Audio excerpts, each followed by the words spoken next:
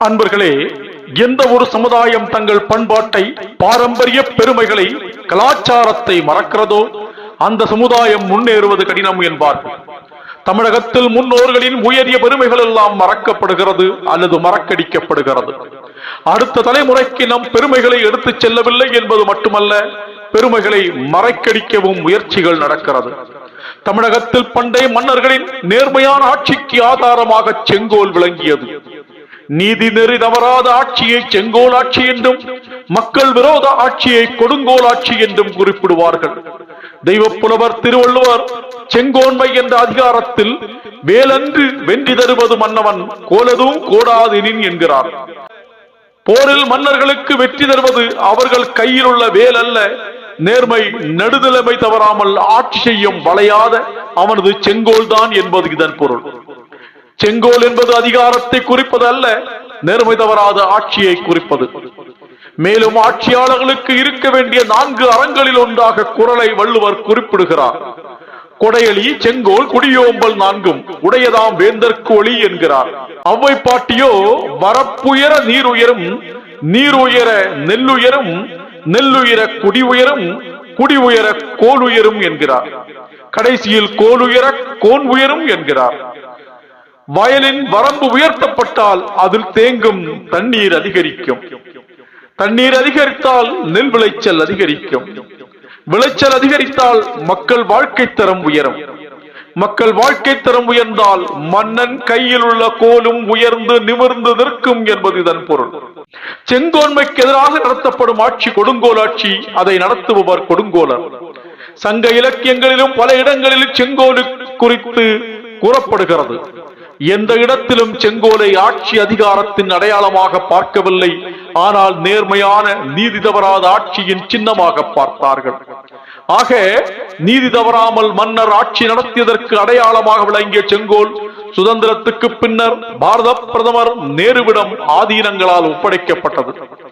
அதன் பெருமையை உணராத ஆட்சியாளர்கள் அல்லது பெருமையை உணர விரும்பாத ஆட்சியாளர்கள் அதை மியூசியத்தில் வைத்தார்கள். பாரத பிரதமராக பாரத கலாச்சாரத்தை போட்டு மோடி பதவியேற்ற பின்னர் அந்த செங்கோல் தூசி தட்டி எடுக்கப்பட்டது. அதற்கு உரிய மரியாதை அளித்து அதை பாராளுமன்றத்தில் நிறுவனார்கள். இதன் மூலம் தமிழ் கலாச்சாரத்தின் பெருமை உலகறிய செய்யப்பட்டது. இதை தமிழக அரசும் அரசியல் கட்சியினரும் கொண்டாடி இருக்க வேண்டும். நம்மால் முடியாத ஒன்றை மோடி அரசு செய்து தமிழகத்தின் பெருமையை உயர்த்துகிறதே என்று மகிழ்ந்திருக்க வேண்டும். ஆனால் அவர்கள் இதை கண்டுகொள்ளவில்லை என்பது மட்டுமல்ல, கிண்டலும் செய்தனர்.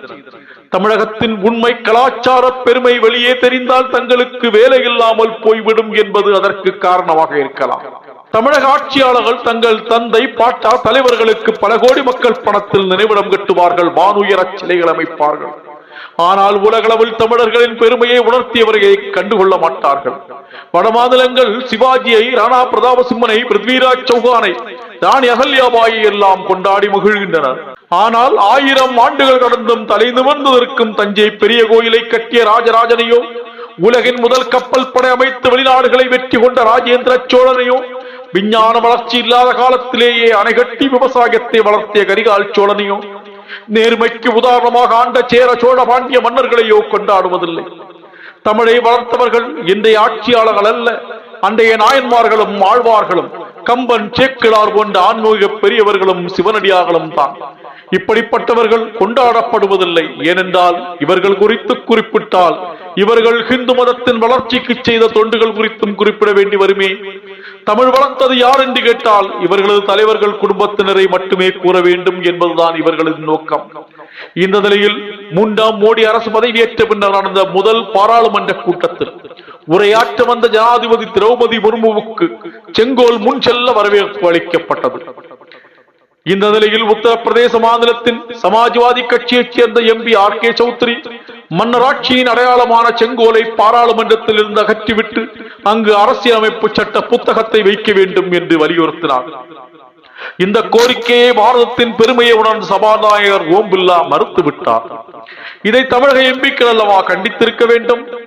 தங்கள் தமிழகத்தின் பெருமையை மறக்கடிக்க முயல்கிறீர்களா என்று கொந்தளித்திருக்க வேண்டும்.